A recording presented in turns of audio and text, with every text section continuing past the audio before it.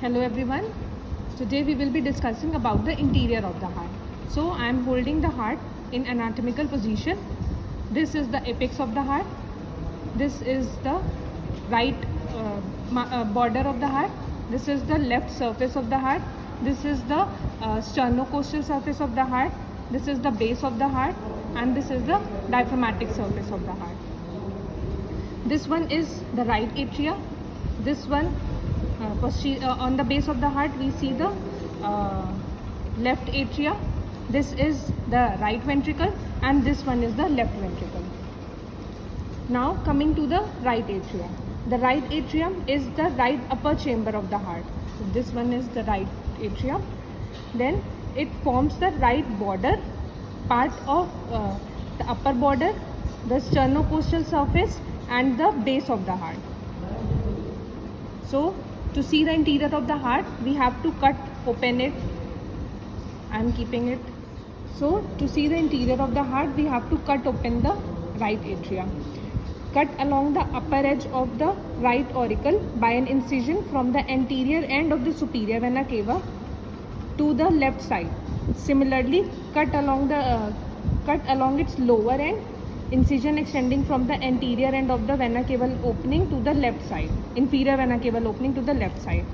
So now I am retracting the cut ends, which were given along the anterior surface of the superior vena cava opening and anterior surface of the inferior vena cava opening. So as we can see inside the right atria, it has got two surfaces, the smooth posterior surface and the rough anterior surface. So it is clear here. This surface is smooth and it is posterior surface. This surface is rough. See, and this is the anterior surface. So the smooth posterior part, also known as sinus venerum, it is developmentally derived from the right horn of the sinus venosus. Superior vena cava opening at its open at the upper end, inferior vena cava open at the lower end, and it is the inferior vena cava opening is guarded by a eustachian wall. So this is the inferior vena cava opening, and it is guarded by a eustachian wall. So this one is the eustachian wall. Then I will show you the coronary sinus. The coronary sinus. This one is the coronary sinus.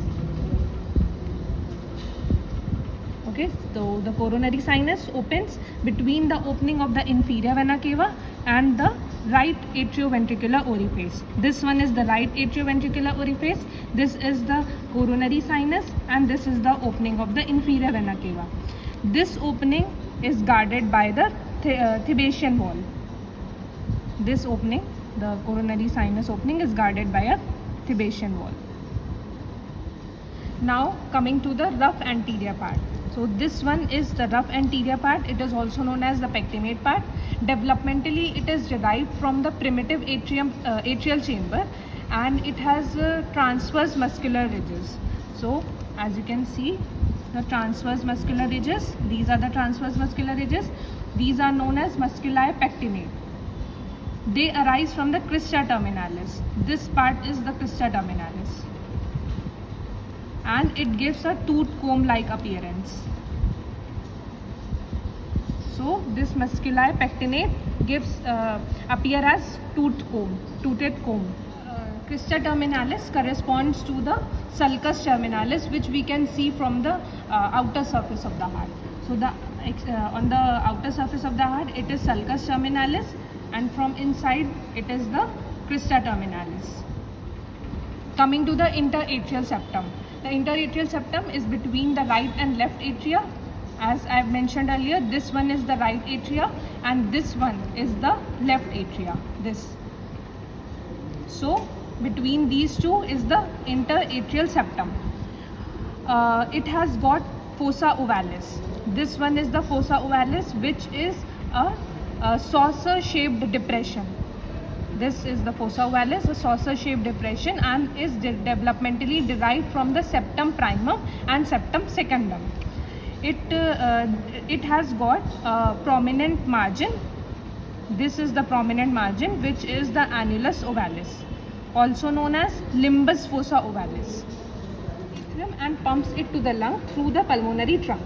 It forms the inferior border and the 2/3 part of the sternocostal surface of the heart and 1/3 part of the inferior surface of the heart. So it forms the inferior border, 1/3 part of the inferior surface and the 2/3 part of the sternocostal surface of the heart. To cut open it, we have to incise along the atrioventricular margin, atrioventricular groove. So on exposing the flap, we could see the interior of the right ventricle. So it has got two orifices, the right atrioventricular or the tricuspid orifice and the pulmonary orifice.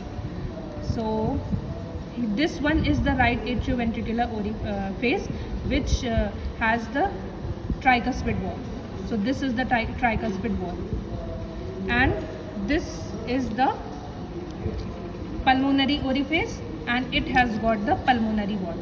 This one is the pulmonary wall. Okay, so there is papillary muscle present in the right ventricle.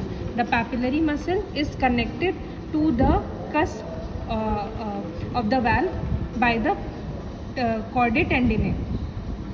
So the chordae tendineae connects the papillary muscle to the cusp. There are three papillary muscles. First one is the anterior.